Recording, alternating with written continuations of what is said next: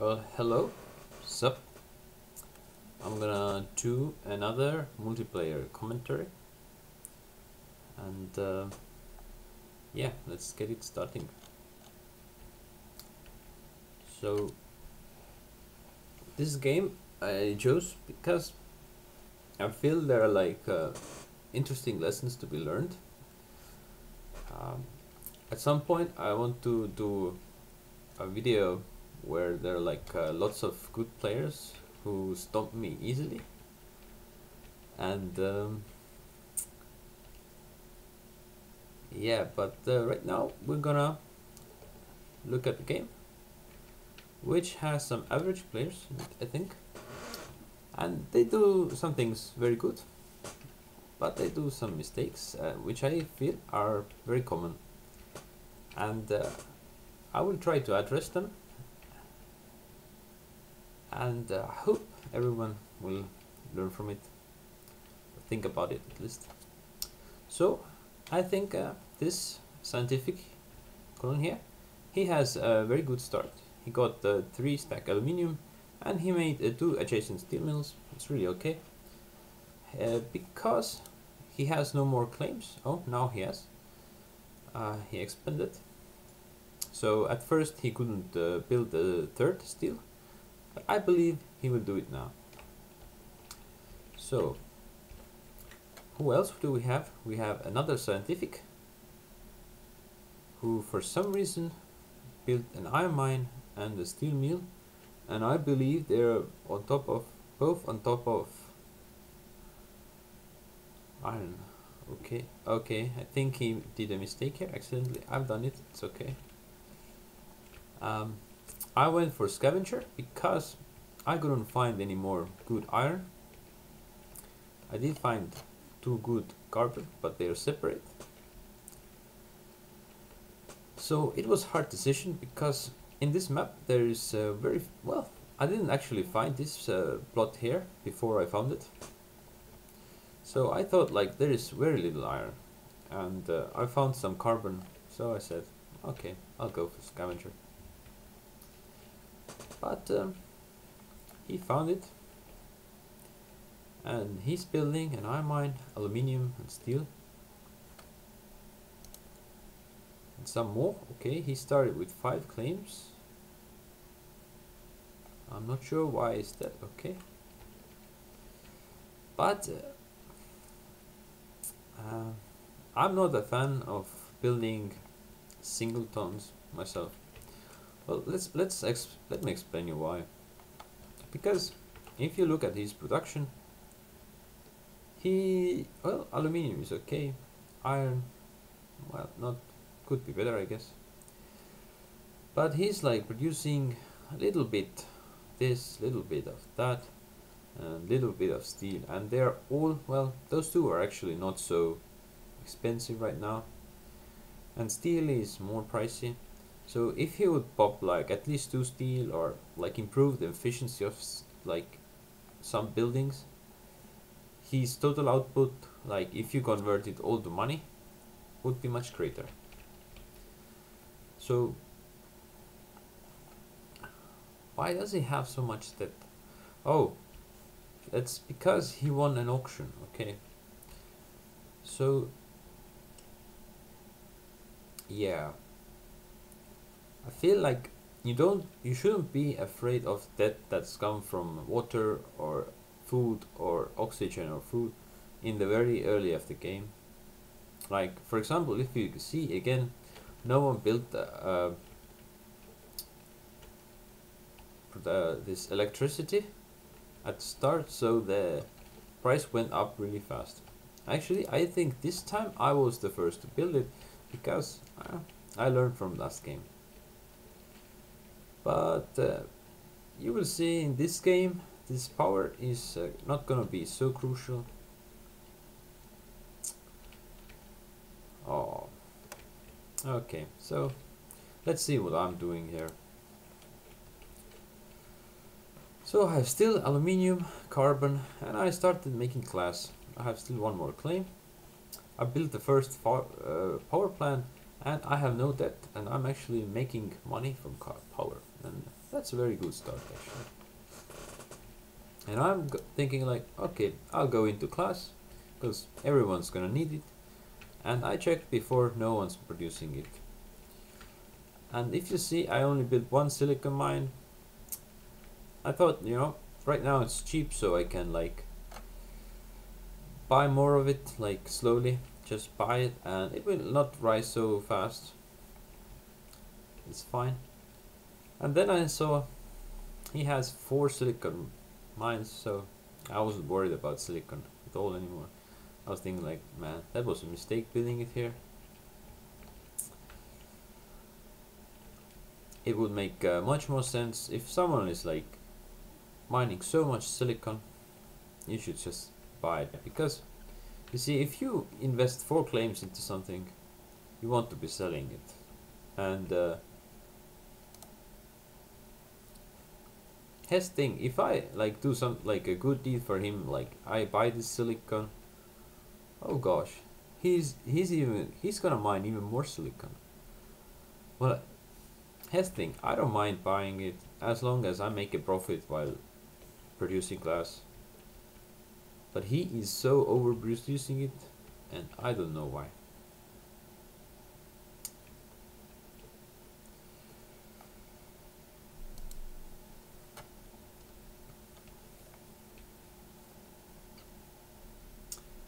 So robotics, he has this standard 3 steel mills, some energy. He also has energy, 3 steel mills, started producing oxygen from this scientific bonuses, as he doesn't need to mine water, actually. Well, he does, but it's okay, you know, if he feels at some point that that he doesn't need this water pump anymore, you know, because, I mean, he does still like consume water. He can just stack like a lot of water here, and then he can replace it with food or whatever, and add some more here, and they will have chances of bonuses because it's in a very good spot to build a food cluster for scientific.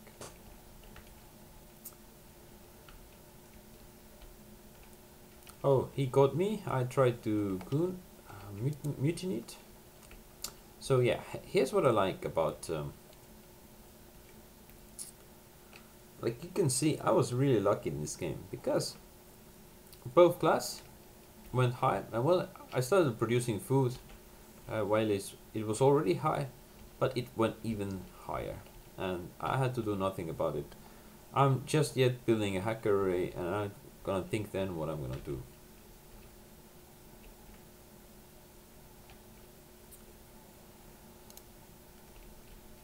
So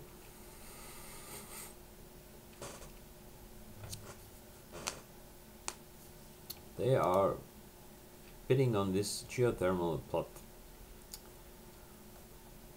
Well, actually, if you look right now, I'm making positive power. Cool is making negative. Oh, that's because I'm muting his.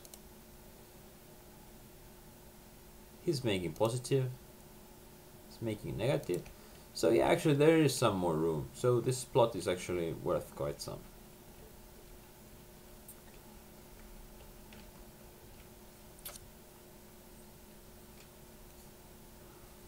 So what problems I had in this game is I actually wasn't producing enough carbon, nor aluminium. I was, you know, I wasn't selling them actually, and I was out of them all the time. But it's okay because by now I have all the infrastructure I really need. I have the 3 class and the 3 food, and like right now you can see I can sell food really good. So far I've actually been selling glass. What I make I sell, but I'm not making enough because everyone in this game needs glass. Oh, actually, well, yeah, everyone needs. Yeah, there is no robotics here. And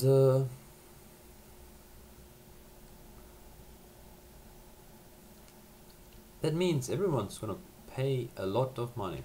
And here's one thing, I didn't notice it in the game as well, but Mob had so much debt that his stock prices went so cheap it's because he wasn't producing power himself, and power was still very pricey. And Make Me Key just bought him out while I was again thinking about some other things, and it's very usual for me because I come from more turn-based background. I'm really bad at real-time games usually, but because this game has very many economic elements, and I like board games and stuff, so uh, I still tend to understand this game a bit more than for example, StarCraft. Um, but here's the thing, like he bought out this one player, and then I started, the sound comes, and then I noticed it. And what I was doing in the meanwhile is like, there's only one other glass factory, so I might as well short glass. Now, here's the thing, I'm gonna talk how much you have to consider things when you start shorting something. Like, ideally, if you short something, you want to make sure that no one else has it. And why I thought that no one else has glass is because, well, firstly, no one was reducing it much, and I knew everyone were consuming it. So even if they stocked up, because the price of glass was very high from the very beginning, no one could stock up like a lot. So if you see Cool has nothing, and Make Me Key is well, he has 10, but he's only producing 0.5. If someone is only producing 0.5, it's actually no problem for shorting, even if he sells everything he produces. So how much is what is the dangerous limit? Where you're gonna start losing money from shorting if someone else is producing it as well. So we know that when I short something, the price goes up around $60. Also, when you sell around 250 or 300 units, the price goes down, like again, $60, something like that. So let's say someone has to produce 300 units to actually counteract your shorting. Basically meaning that you get nothing from shorting and he gets everything, or well, he gets like really good money. And to do that, you have to produce 5 of it. So someone else would have to produce 5 glass per second to counteract my shorting, because otherwise I can short like infinitely and just increase the price, and no one can counteract it, because I do each one shorting for every minute. Now here's the thing, if there are like multiple hacker arrays doing the shorting, then what me and some other guys have discovered is that it doesn't stack up so efficiently actually, like for example with only one hacker array. So if you notice, I am just stockpiling glass, and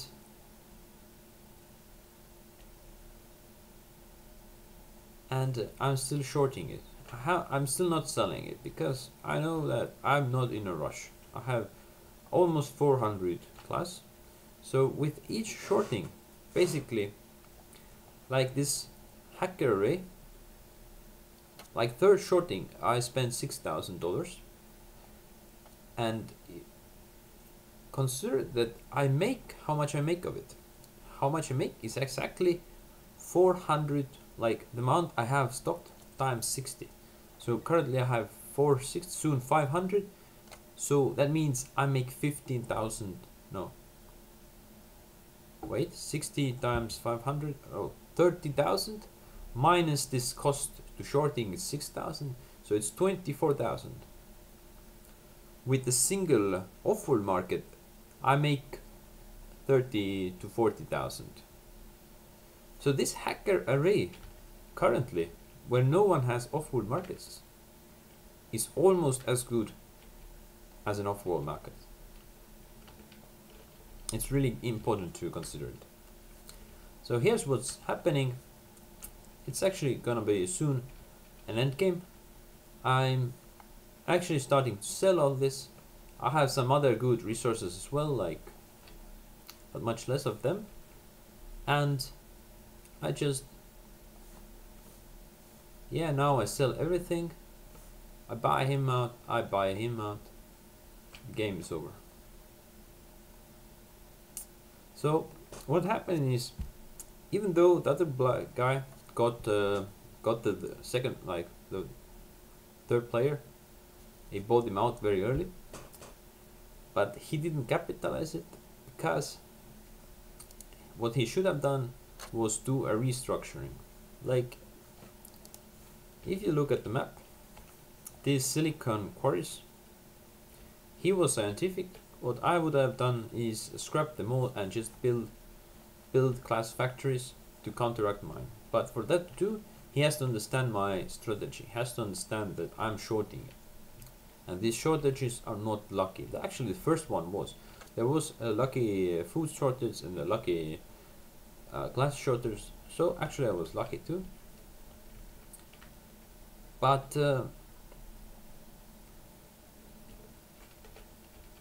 yeah, if you buy someone out, you have to do some restructuring here.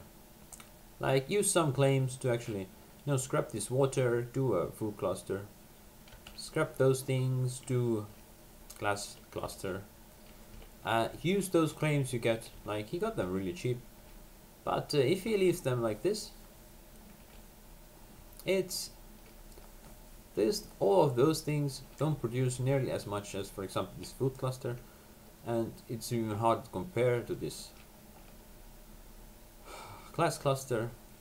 And well, this hacker array alone is stronger than all those two together. So you have to restructure when you buy someone out early, because usually, they do some mistakes and you have to fix them if you want to capitalize on having more claims. Yeah, it was a short game. If you look at stats and you go to resources, well, power was actually, this time it helped a lot. He made less power than I did, but the other ones were actually going into debt because of that. But it was, the power was not so key.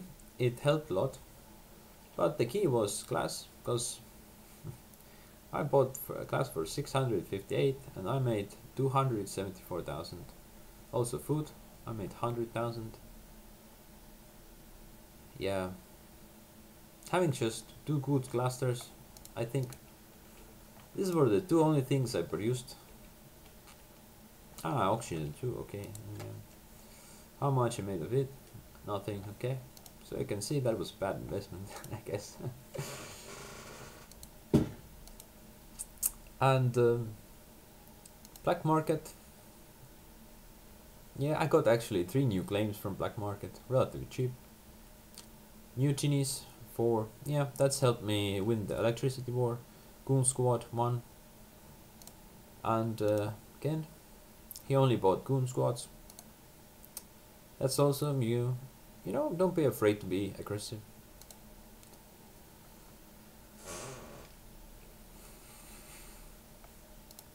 Because about this class thing, I thought in the middle of the game, okay, so what I'm gonna do, I have like 2 options. If, for example, he builds glass factories here, so one option is I sell all my glass, and I cash in all the money right away.